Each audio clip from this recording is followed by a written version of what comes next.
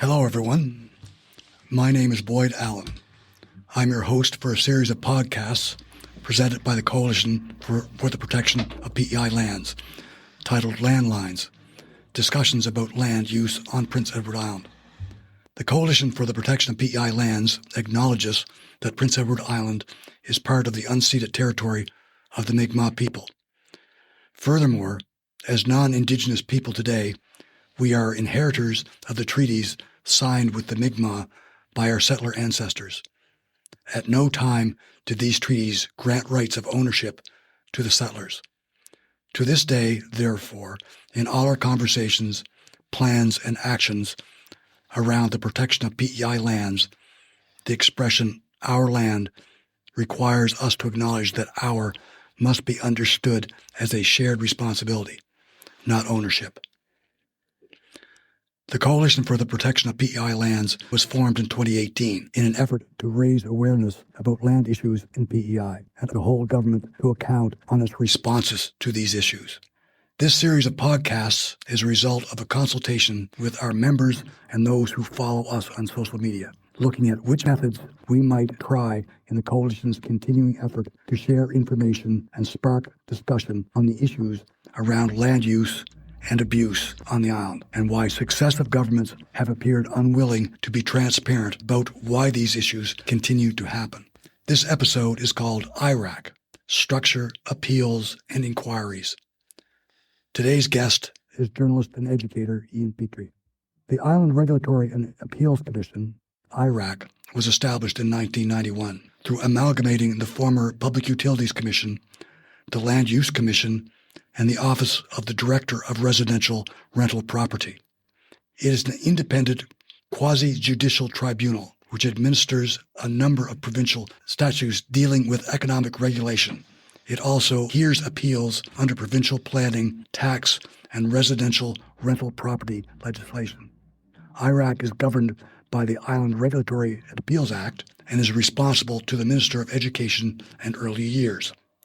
IRAC's commissioners, including the chair and chief executive officer, are appointed by the provincial cabinet through orders in council. IRAC is not part of the PEI Freedom of Information and Protection of Privacy Act. In the extensive list of legislation and regulation under IRAC's purview, we are interested in those directly involving land use and ownership. These are the Lands Protection Act, the Planning Act, and the Municipal Government Act. IRAC has a complex relationship with both provincial and municipal governments, as well as other public agencies. Under the Lands Protection Act, for example, all land transactions involving land limits and non-residents must be investigated by IRAC. It then sends its recommendations on every application to the Executive Council, which makes the final decision. What these recommendations are and why they are made are currently protected under the blanket of Cabinet confidentiality. The Commission is also mandated to hear appeals from groups and individuals who claim they are wronged by the non-adherence of one or other provincial statutes under the Planning Act and has the authority to prescribe a remedy. As cited in the LPA, the Commission also has the authority to investigate potential contraventions of the Act's regulations. As outlined in the Public Inquiries Act, these investigations can have powers comparable to a court of law. So, under the broad IRAC banner, we are looking specifically today at two of its land-related functions: appeals and investigations. Our guest today is Ian Petrie. Ian has been a respected journalist on PEI since 1980. He has been counted on to provide balanced reporting, particularly on environmental and agricultural issues during this time. He's also volunteered for a number of community groups and taught journalism for several years at Holland College. Ian has spent many hours moderating an ongoing series of public forums on land issues, which the Coalition for the Protection of PEI Lands has presented across the island. Ian is also a recent recipient of the Order of PEI. I'm really looking forward to this opportunity to talk with Ian today about a few of the many components of IRAC. Hello, Ian. How are you doing? Good. Thank you for going to agree to join us. It'll be an interesting discussion. I'm looking forward to it. Now, any discussions of land use on PEI always include IRAC. I know you and I have touched on this a lot of times.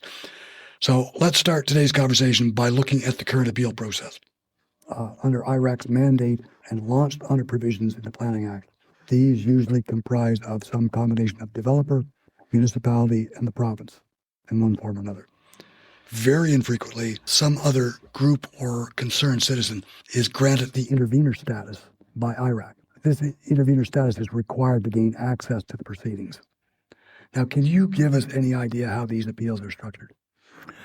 Well, I think the first thing we can say is IRAC has enormous clout and power when it comes to the Planning Act. Right in the first few paragraphs of the Planning Act, it says the Island Regulatory and Appeals Commission, which will now be called the Commission. They don't even say IRAC anywhere else in the thing. And over again, it's the Commission that becomes the appellant body. And we have to remember that whether it's the appellate courts or appellate bodies under the Planning Act, they have a lot of power because the individual municipalities or whatever it might be make a decision. People don't like it, and it goes to this other level. And they have to judge both the legality of what took place and the appropriateness and so on.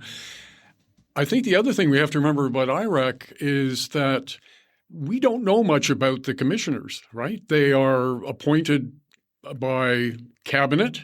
Let me just quote very briefly from a news story from 2015 because it kind of catches this. This is IRAC overturning the Charlottetown's rejection of condo plans, and it annoys the Charlottetown mayor. And so what we hear from Clifford Lee, who didn't mind speaking his mind, is it really annoys the life out of me when IRAC, a group of unelected, politically appointed individuals, all of a sudden have determined that they have the authority to override decisions of municipal governments. That kind of sums up what people who have concerns about IRAC's role in this. It doesn't mean they're doing a bad job necessarily, but the other thing we have to remember is that the Land Use Commission, which ended in 1991 and got rolled into IRAC, it was a very different kind of body. This was made up of citizens, essentially, not lawyers or not people that nobody knew. These were made up of a collection of maybe a farmer, maybe a small businessman, a teacher. They were islanders that we could relate to, and would bring that kind of sensibility about what's right and what's wrong. IRAC's something quite different, And I often think that it's really once lawyers got involved in the Land Use Commission hearings, which really happened just towards the end of the LUC play, a developer, rather than going and arguing his own case in front of this group of islanders, they would bring a lawyer who would bring the law into it. And I often used to think that this was one of the reasons IRAC was created, that once you drag lawyers into a process, and believe me, if I get into trouble, I want a good lawyer. I'm not speaking against all lawyers. I'm just saying that once you do that, it changes how things are being judged. And I think we are both the beneficiaries and we suffer from the fact that it's become a very legal process with a lot of lawyers involved. And I'm not sure that many islanders or most islanders can relate to that. And that's the problem, I think. Now, we're going to stay in Charlottetown here because in 2022, the Charlottetown City Council agreed with its planning committee and rejected an application to expand a subdivision within its boundaries. The developer appealed this decision to IRAC in 2023.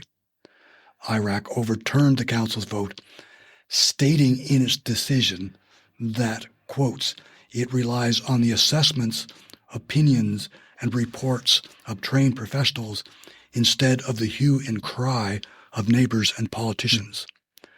The council then approved the original application. What role do you think should the public or their representatives have in planning decisions such as this? I don't pretend in any way to be an expert on the Planning Act, so you have to kind of bring it back to common sense, and that's why I liked the elements of the Land Use Commission, that, you could look at people that you recognized. I think somehow either IRAC has to make itself better understood, who these commissioners are that are hearing that, and that might gain some confidence amongst people.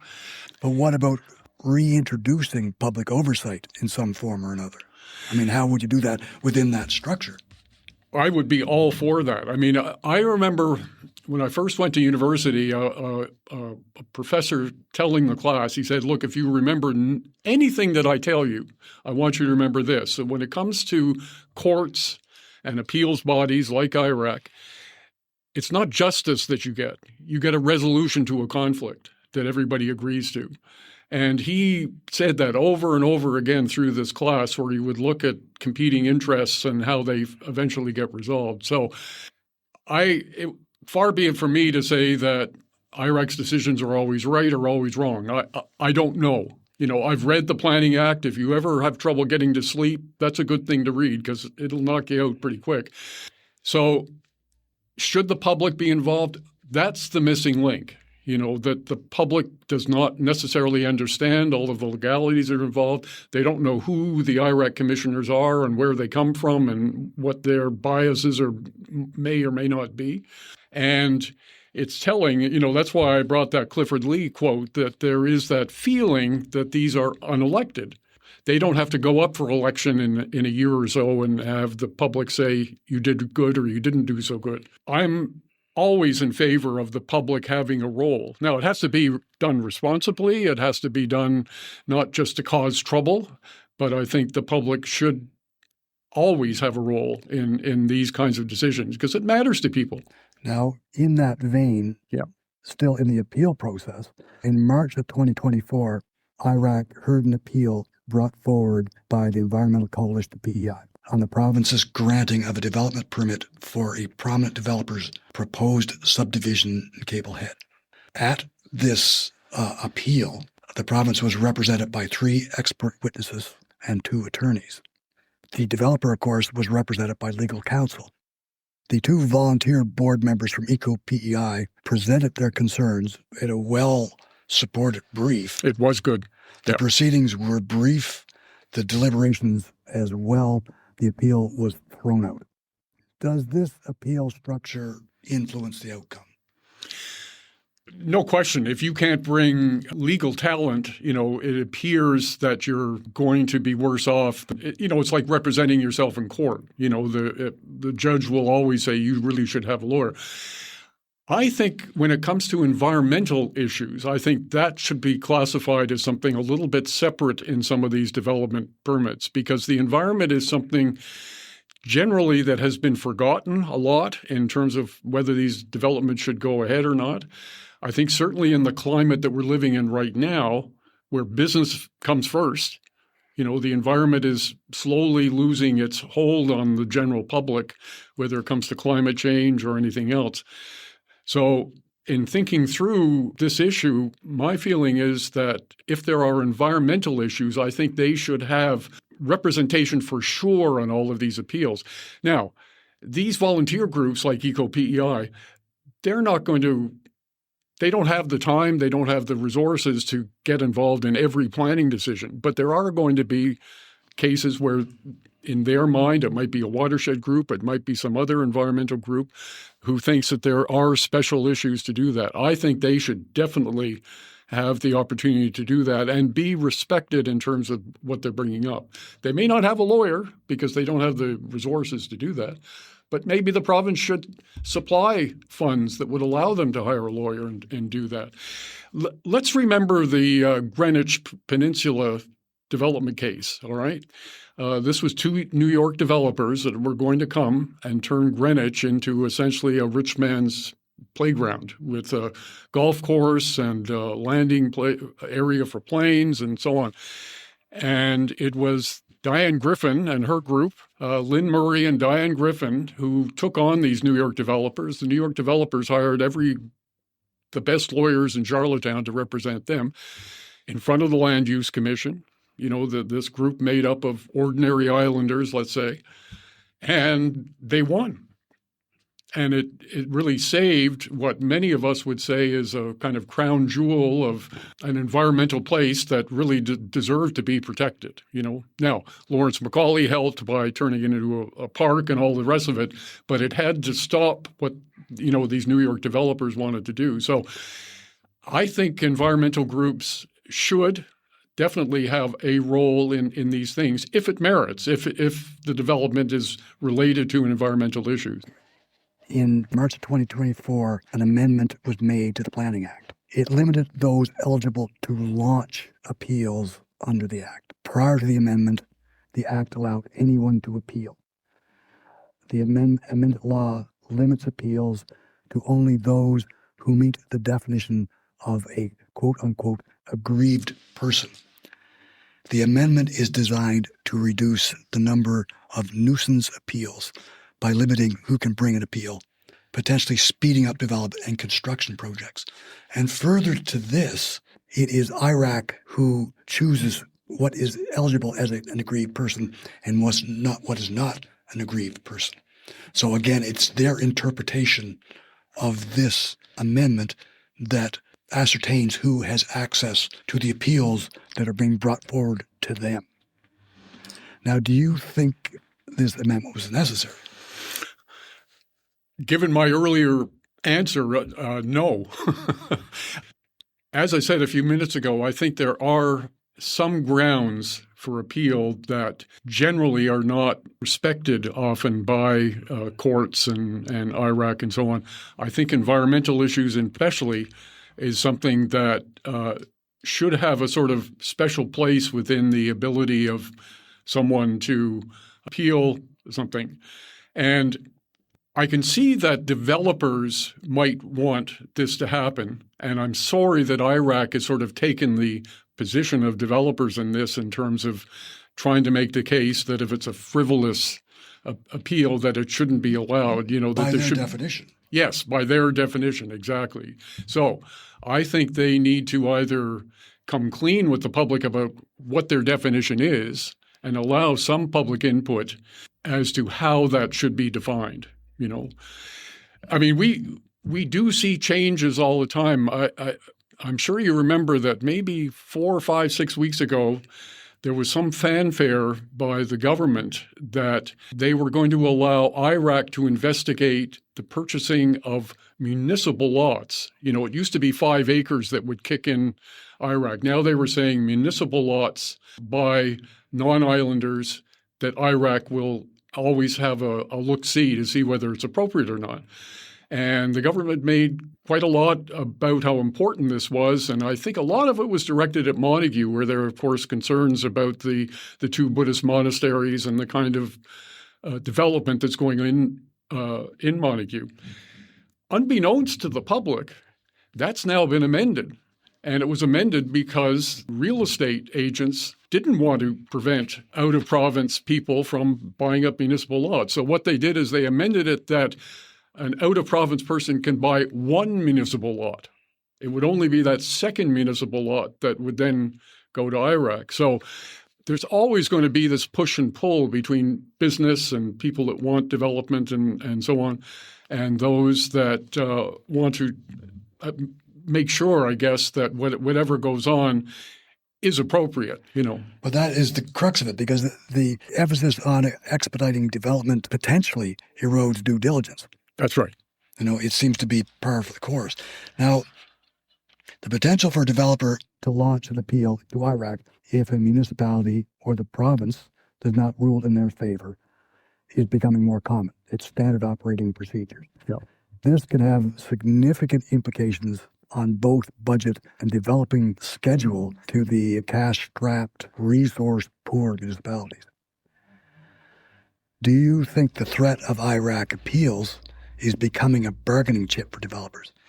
Of course it is. It only makes sense that if you're a developer that wants to do something, and it might be a terrific development, it might not be, let's not pass judgment on it, but you're going to look for every advantage you can to make the system work as smoothly as possible. I mean, we do see Tim Banks is probably the one that we see most often in the news, complaining that something's taking too long, or the municipal council doesn't know what it's doing, or But there are other developers, I'm sure, who have the same complaints, and they will get their lawyers to smooth the way through all of this as easily as possible. We can't forget, and again, this was something I was told years ago by a commercial real estate lawyer. it's not what this person said. It's not my job to determine the appropriateness of a development. I get hired by someone to push it through. I'm going to do everything I can, politically and legally and so on, to make sure that my client gets what they're looking for. And so, again, I go back to romantically the heyday back with the Land Use Commission, which to me was a more grassroots thing that people could understand, to what we're now into. And I understand why, but I don't necessarily like it, but I understand why. We're now into where, lawyers are kind of running the show. And for better or worse, that's where we're at. So the municipality doesn't have the resources to launch an appeal. Yeah. And the province doesn't have the appetite to launch an appeal. How does a concerned citizen get a place at the table? I mean, you can't. One would hope that the municipality, if the issues were strong enough, important enough, that would cause great harm within the community, that they would have the appetite to push ahead, with an appeal. But they don't have a budget line. No, they don't. But again, if development issues matter, and it changes the nature of the community. And again, Boyd, we're in a difficult moment here because housing has become so important, right? We hear on the news every night about the need for housing. So developers have a pretty good case at the moment that we need apartment buildings, we need more housing, we need housing developments and so on. And this is having an impact on both those rural areas just outside our municipalities, which are being encroached on, every day, every week, with housing developments. And, housing has become a kind of calling card for developers that, hey, we're just following what governments are telling us are needed. So it does take some courage, for environmental groups, municipalities, to fight this kind of momentum. I do worry, even when it comes to, the odd mention that we're going to have a planning act at some point on PEI. I do worry that we've missed the moment, that we're now into elbows up and business matters, and we have to take care of ourselves, and we're running huge deficits with the provincial government. And, we need this kind of business churn of money being spent because, protecting land and doing nothing, as much as you and I might think this is great, this is what we want, this is the kind of thing that's driving our economy right now. We saw what happened with a Liberal government of Justin Trudeau, who sort of used ideals about climate change and so on to push its agenda along. Canadians said, no, thank you. And this other guy's come along, a banker, and said, I'm going to do things differently. And Canadians said, yes, please. So you're into the happy sailors dancing on a sinking ship motif, at this point. Yeah. So let's look at IRAC's investigations. Okay. This element of things, because it's a big, broad topic too. IRAC is responsible for 2 recent investigations and is currently conducting another under Section 15 of the Land Protection Act. The 2019 acquisition of Brendell Farms in the Freetown area by Irving Associated corporate interests triggered such an inquiry. Now, what was described at the time as a lengthy and complex report was generated. Citing its findings, the Minister of Agriculture at the time, and still Agriculture Minister Boyce Thompson, ordered a divestiture of the parcel of land in question. Mm-hmm. 4 months later, he stated that IRAC had informed him that the companies involved were, in fact, now compliant with the LPA. The divestiture order was rescinded. Why the sudden reversal? Why did IRAC provide the minister with conflicting advice over a period of 4 months? It's an excellent question. And if I would love to say to you, I know exactly why, and I would tell you. I keep, it's a editorial that Paul McNeil wrote in November of 2020, 5 years ago. And the editorial says, Brendell Farms, don't expect details anytime soon. So I read that a couple times a week, and it kind of reminds me that we need to find out what the heck happened here. I believe it wasn't so much that IRAC changed its advice to the government in that case in terms of saying they're in compliance. I believe the only thing that could have made them in compliance is this. If you look at Red Fox Acres in the corporate registry, you'll see three names. You'll see an Irving, and you'll see two other names. I'm not going to mention who their names are. If people want to find out, they can look. These are ordinary islanders who live in and around the Kensington area. And what the Irving lawyers did was they engaged these two islanders along with Rebecca Irving. And because it allowed them in that second round to circumvent any investigation by IRAC. We have to remember that IRAC had already turned it down, right? Just before the election, the Liberals were in power. Richard Brown came out and said, we've determined that the beneficial owners of this farm are the Irving family, even though the agreement that the Irvings had with a whole bunch of lawyers and others on this first go-round essentially made it appear as if the lawyers were the owners of the farm and had every right to own it, and that the Irvings were just kind of secondary players in this. And IRAC said, no, the Irvings are the beneficial owners of this farm. And whether it was because of the election or not, the Liberals said no. The second time around, to keep IRAC from actually looking at the sale, they engaged these two islanders and Rebecca Irving, because at the time, it's been changed now, but at the time, if you were islanders buying land like that, it didn't automatically go in front of IRAC.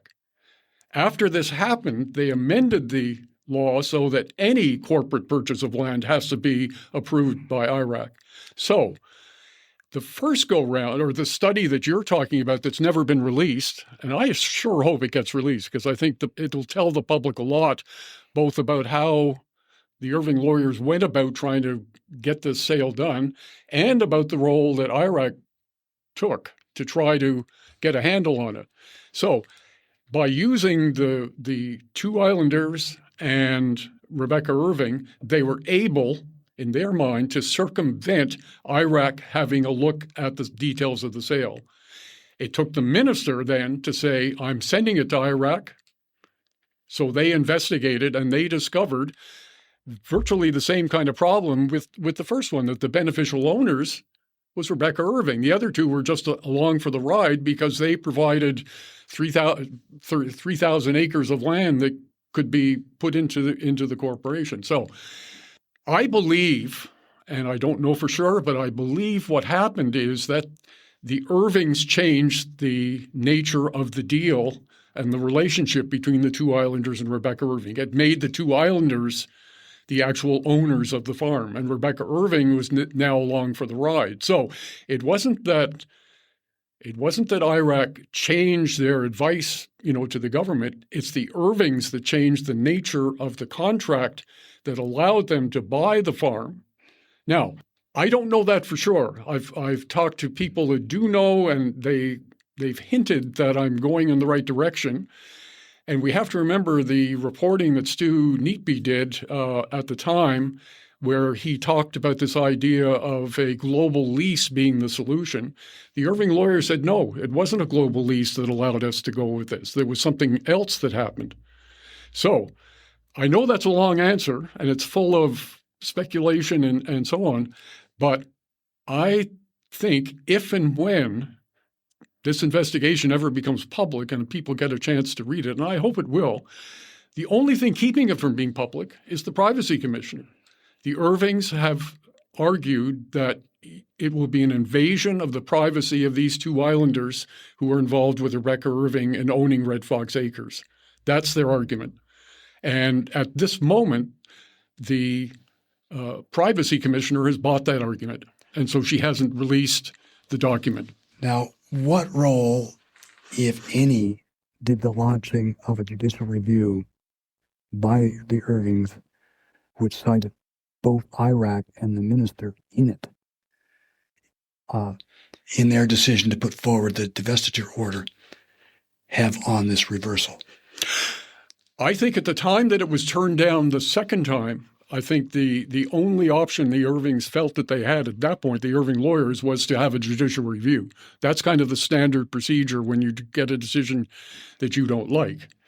Now, once they devised this other plan by rewriting the contract in terms of who are the shareholders of Red Fox Acres and who controls the money that's made by Red Fox Acres, and they were able to convince IRAC that we've changed that now. The beneficial ownership argument doesn't work anymore because it's these two islanders that now control the farm, not an Irving.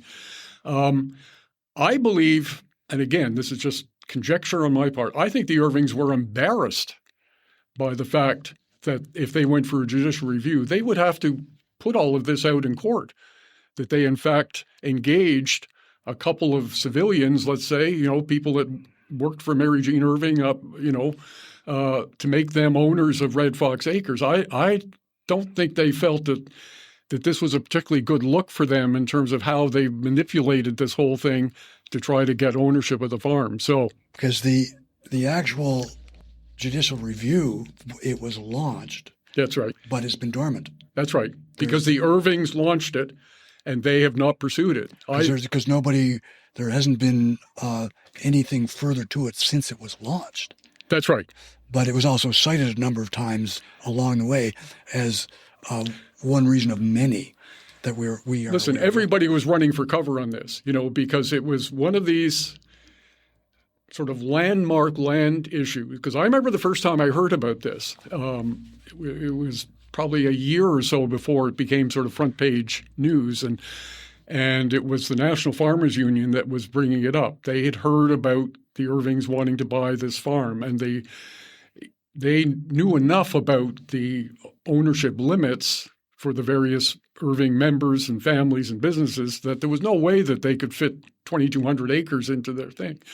So this was going to become a big issue, right from the get-go. And you would like to think we have some kind of knowledge, some kind of resolution to the whole thing now. I was kind of hoping that it might be perhaps the first bit of land that would go into a land bank that the provincial government would set up, So I don't think we've heard the end of this. I don't know what's going to push it over the finish line, because if there's no interest by the Irvings to pursue the judicial review, because what they did will become public, and I don't think they want that to happen. But I think that the province in many ways was intimidated by the idea of it as well. Of a judicial review? Yes.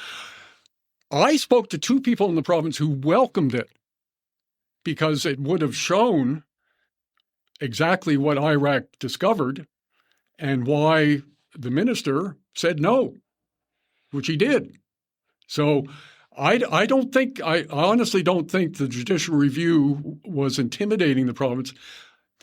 Half a dozen people that I spoke to were welcoming a judicial review because all of this stuff that I'm speculating on would have come out into the open. And people would say, oh, that's what you did. Now, let's roll over into the second, or actually it was the first of the two investigations. Okay. Like from 2015 through 2017, an investigation was undertaken by IRAC on the land holdings in Kings County of 5 specific Buddhist corporations, including Jebus and GWBI. On the 26th of January 2018, law firm Stuart McKelvey, on behalf of IRAC, sent notice to 3 legal firms representing these corporations, stating simply that, quotes, "This investigation has ended." Do you have any sense as to who conducted this investigation and what terms of reference were used? Not a lot. I mean, again, this is another one of these things where not a lot, virtually no information has been made public. I guess as a reporter, what you end up doing is you contact people, contacts you have, people that know what's going on. You push them, you offer something, they give you something back. My understanding is that they hired an investigator who went about and knocked on doors and talked to people. It was a lot to do with the followers, not so much the corporations themselves, because that was fairly obvious, in terms of Jeebus owns so much land, Great Wisdom owns so much land, and so on. It was trying to get a handle on the followers. And so there was a lot of door knocking and asking and so on. The thing that I kept being told over and over was that the Liberal government at the time was not all that interested in pushing this too hard. That Bliss and Wisdom and the monasteries had brought a lot of money to Kings County. There was a lot of construction jobs. There was a lot of products that they were buying and so on. And they didn't want to upset that apple cart at that moment. This is very different now, as we all know. The feelings amongst many islanders is a little different than it was back then towards the monasteries. And I do get a sense with Stephen Meyer that he is quite determined to get some answers. And I think, as you pointed out, and I've written about, he has said publicly, we're going to give IRAC whatever resources they want, which could mean hiring outside legal help, outside investigators.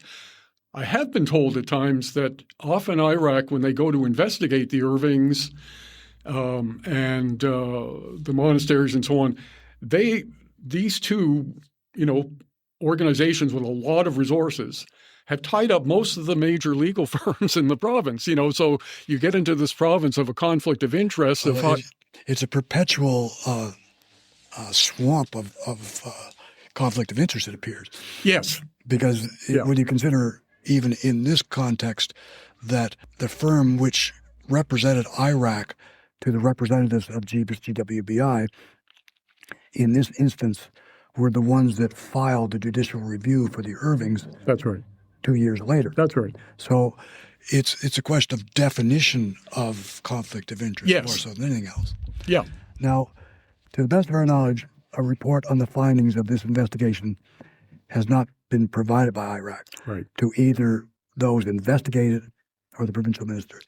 Now, the LPA, the Section 12.5 on report of investigator states, at the conclusion of the investigation, the person conducting the investigation shall provide a full report and supporting documents to the Commission, and the Commission shall provide copies of the report and supporting documents, A, to the person or corporation that was investigated, and B, where the investigation was directed by the minister, to the minister. Mm-hmm. When it was requested by Minister Stephen Myers in November of 2024, IRAC's senior communications officer responded by stating it had been forwarded to legal counsel and that we will provide further correspondence in due course. If any further correspondence has been provided to the minister since that time, no one has made mention of it. Is it possible that there isn't a report? I think it's certainly possible. What I wrote a month or so ago was that it wasn't so much what was in the report that kept it from going public, but what wasn't in it, that people would be perhaps a little shocked, that there wasn't much of an effort to find out very much information. So, and note that the document from IRAC, from Stuart McKelvey, in January of 2018, stated the investigation had ended. Yes. Not that it had been completed. Right. Yeah. No, I mean, my best guess, and I'm doing a lot of speculating here because both this and the Brendell thing are kind of in the twilight zone that we don't really know, exactly what's taken place. I would imagine, the investigator they hired came back and said, look, I talked to 24 families, let's say, from Taiwan who bought land here. They had children who were here. They went through the 6 months on PEI before they bought they followed the rules that were in place. I'm having a hard time finding out anybody that's doing anything illegal here.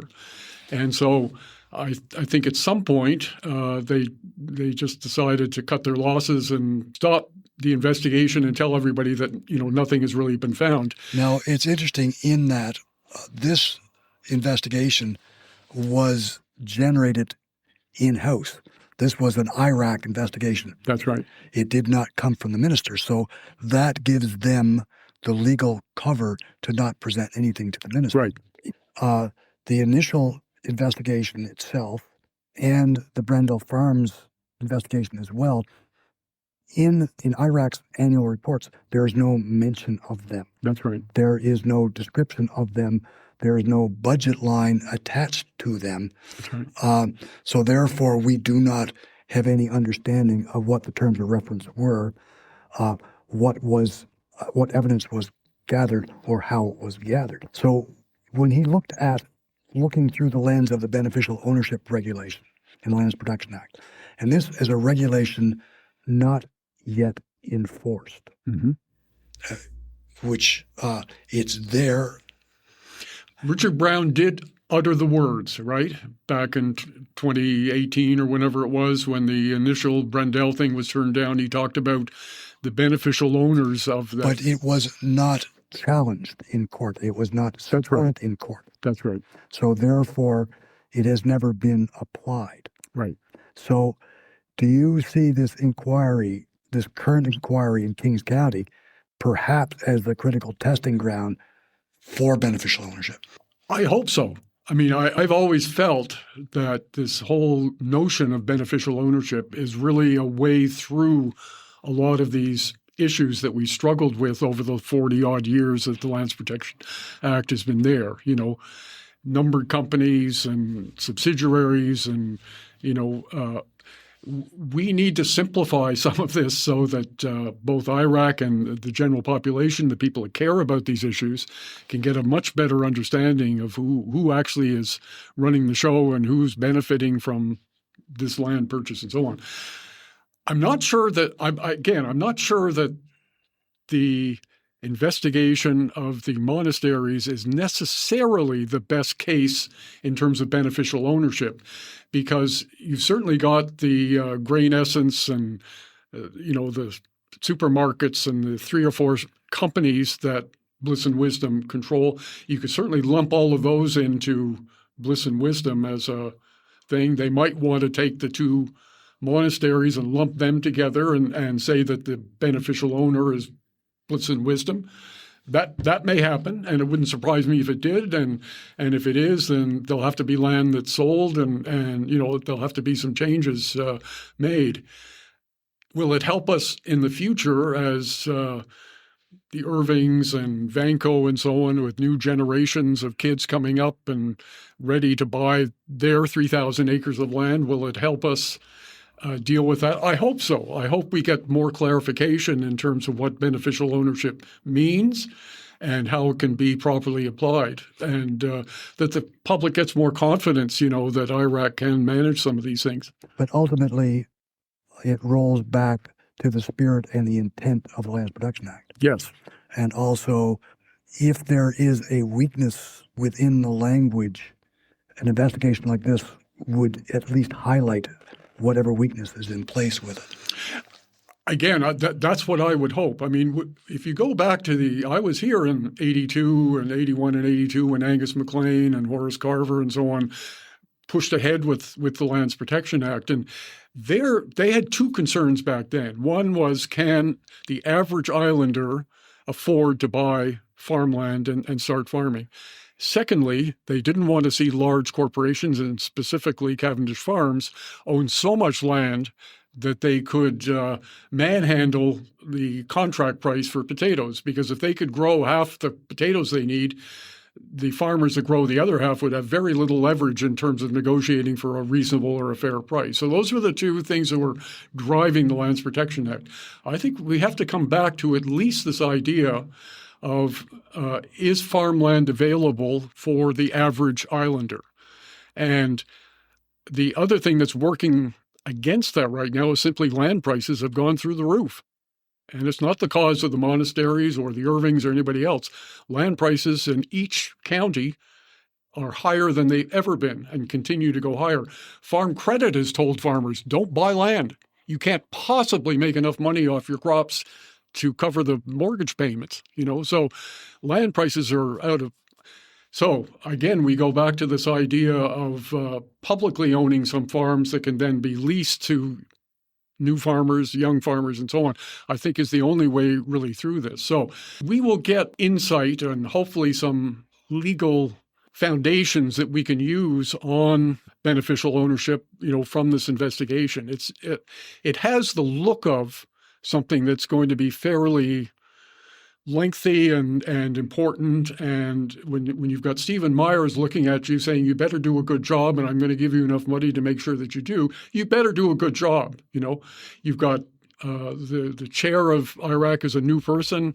You've got a couple of new commissioners. They want to get off on the right foot in terms of showing their competency and ability to handle an important file like this. So I'm putting a lot of hope, a lot of stake in hoping that this investigation will tell us things that are useful, not just in the monasteries, but also dealing with large farm corporations and families who, if everything stays the same, will just continue to add 3,000 acres to their to the land that they're farming. No, let's hope you're right. Thanks, Ian. It's a treat to talk with someone with your experience and depth of understanding. I know we've just scratched the surface on IRAC's role in land use and ownership here in the island, and I look forward to carrying it further. Who knows? By the time we go to the second one, they'll have changed some things. So yeah, it's well within the realm of possibility. Yeah. Now, the Island Regulatory and Appeals Commission has impact on nearly every facet of life on PEI. It clearly was created at a time in island politics that featured centralization of administrative power and managing the flow of information. It is situated in the Department of Education solely as a means of limiting potential conflicts of interest. The department itself has very little to do with its day-to-day activities. IRAC answers to the Executive Council, and its executive is hired by it. It provides a layer of deniability for its members, while cabinet secrecy stifles public scrutiny. As we've seen, both the appeal and investigations processes under the LPA and Planning Act cannot be described as either accessible or transparent. Is it possible that we've reached the point that IRAC exercises direct impact on the land decisions it is there to administer? We hope to continue our conversation with Ian about IRAC. We'll look at the absence of three key elements: transparency, accountability, and oversight. Perhaps it's time, after 34 years, to restructure IRAC's foundational legislation, mandate, and Thank you again, Ian, for sharing his wealth of knowledge with us. We look forward to the next time. Okay, thank you. I'd like to thank those who made the time to listen to this episode. If you find something of interest in it, please share it and subscribe to our YouTube channel. We also welcome your comments on this or previous episodes.